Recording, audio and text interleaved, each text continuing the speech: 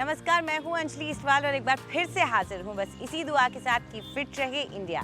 जब पति और पत्नी दोनों ही काम करते हैं तो दोनों के ही पास एक दूसरे के लिए वक्त कम होता है। ऐसे में स्ट्रेस हो सकता है, तनाव बढ़ सकता है। तो जानिए हमारी डॉक्टर से कि क्या करना है। देखिए, एक बहुत विशियस साइकिल होता है काम के स्ट्रेस को और घर के स्ट्रेस को लेके, जहाँ हम सबको पता है कि काम हर वर्क प्लेस पे किसी ना किसी किस्म का स्ट्रेस होता ही होता है। चाहे वो डेडलाइंस को मीट करने का स्ट्रेस हो, चाहे वो एक किसी डिफ़िकल्ट कोवर्कर के साथ काम करने का स्ट्रेस हो या बॉस का स्ट्रेस हो। बहुत अलग अलग किस्म के स्ट्रेसेस आते ही हैं वर्क प्लेस पे। बट जब प्रॉब्लम कहाँ आना शुरू होती है, जब ये वर्क प्लेस स्ट्रेस हमारी पर्सनल लाइफ में आना शुरू हो जाता है। तो यहाँ पे जो बहुत ज़रूरी चीज़ देखने वाली है कि कैसे आप अपने वर्क लाइफ को और अपनी पर्सनल लाइफ को डिस्टिंग्विश कर सकते हैं। तो कई चीज़ें जो हम कर सकते हैं यहाँ पे, एक तो अपने पार्टनर के साथ थोड़ा अलोन टाइम निकालिए। जैसे अधिकतर होता है कि कपल्स बाहर नहीं जाते, अकेले नहीं जाते, जो डेट नाइट्स कहते हैं हम, वो कम हो जाती हैं। उसके ऊपर थोड़ा ध्यान दीजिए। फिर एक जॉइंट एक्टिविटी करिए, जैसे कि जिम जाना साथ में, कोई स्पोर्ट्स जाना, स्विमिंग करना साथ में, साइकिल करना। कुछ बहुत अधिकतर ऐसी चीज़ें होती हैं जो जॉइंट एक्टिविटीज़ होती हैं। तीसरी चीज़ जो आप कर सकते हैं, घर पे कामों में हाथ बटाना।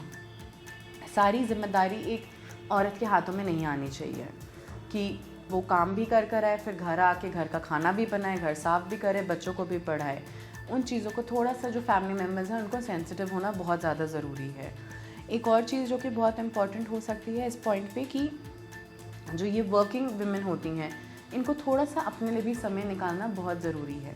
अपनी पर्सनल ग्रूमिंग के लिए, अपनी पर्सनल लाइफ के लिए, पर्सनल लेजर टाइम, जो रिलैक्सिंग टाइम होता है, वो निकालना बहुत ज़रूरी है। अगर आप अपने 40s में हैं तो अपने खाने पीने का खास ख्याल रखें। कैसे, बता रही है हमारी न्यूट्रिशनिस्ट। हर एक खाने का जो सिस्टम होता है वो डिफरेंट होता है। एज ग्रुप के तरीके से खाना खाना चाहिए। बच्चों को डिफरेंट लेवल ऑफ पोषण चाहिए, बड़ों को डिफरेंट लेवल ऑफ पोषण चाहिए, बुजुर्गों को डिफरेंट लेवल ऑफ पोषण चाहिए। तो हम बात करते हैं 40 years and above main and women की।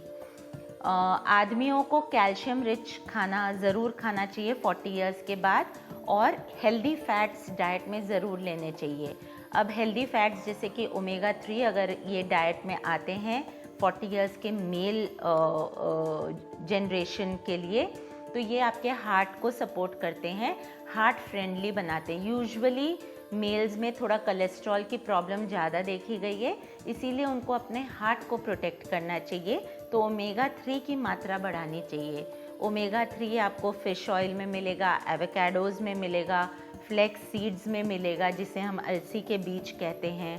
प्रोटीन्स की मात्रा बढ़ा के कार्ब्स की मात्रा कम करनी चाहिए, क्योंकि 40 के बाद आपका मसल मास कम होता जाता है और फैट बढ़ता जाता है।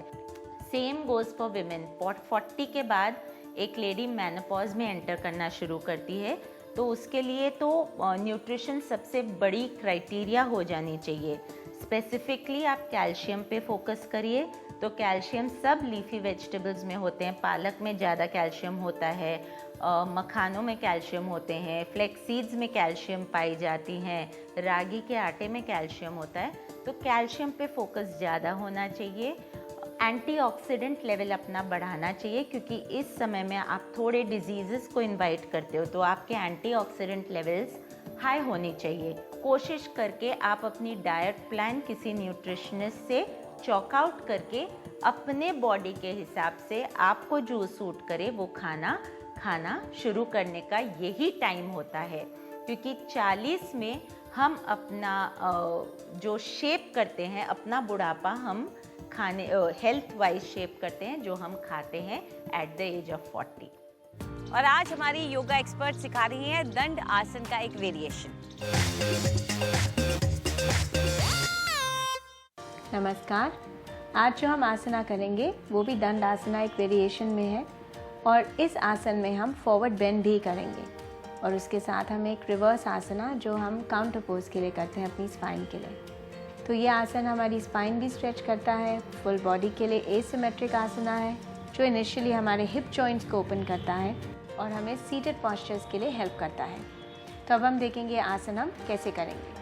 सबसे पहले आप दंड आसन स्थिति में बैठेंगे। अपने सिट बोन्स पे आपके हाथ अलॉन्ग साइड ऑफ द हिप्स पे आएंगे। यहाँ पे आप अपनी 1 से 3 ब्रेथ्स लेके अपनी बॉडी को वॉच करेंगे। फिर इनहेल करते हुए हम अपने आर्म्स ऊपर लेके आएंगे और बॉडी को स्ट्रेच करेंगे।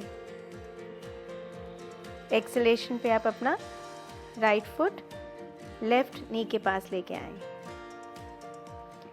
अब हम इनहेल एक बार और स्ट्रेच करते हुए, एक्सेल करते हुए हम फॉरवर्ड बेंड करेंगे और अपने हाथ अपने टोज के आगे लाके फोरहेड नी पे लाएंगे।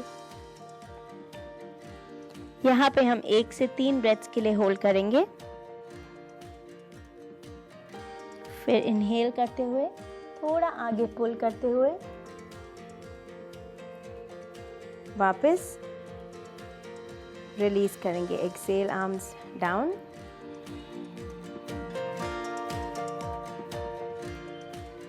और यहाँ पे हम जब ये आसना ख़त्म करते हैं, हम यहीं पे हम काउंटर पोज करेंगे। आप अपने हिप्स को उठाएंगे, हाथ यहाँ लेके आएंगे और एक बार अपने बॉडी को बैक बेंड देंगे।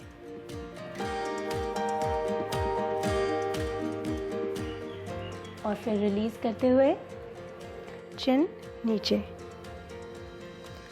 इसी तरीके से आप ये पोस्चर लेफ्ट साइड पे भी करेंगे, राइट साइड को रिलीज करने के बाद। आज के लिए इतना ही। नमस्कार। फिट रहे इंडिया में आज इतना ही। आपको हमारा कार्यक्रम कैसा लगा हमें ज़रूर बताएं।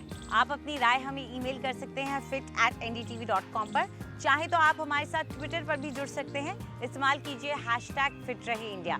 फिलहाल पूरी टीम को इजाज़त दीजिए। नमस्कार।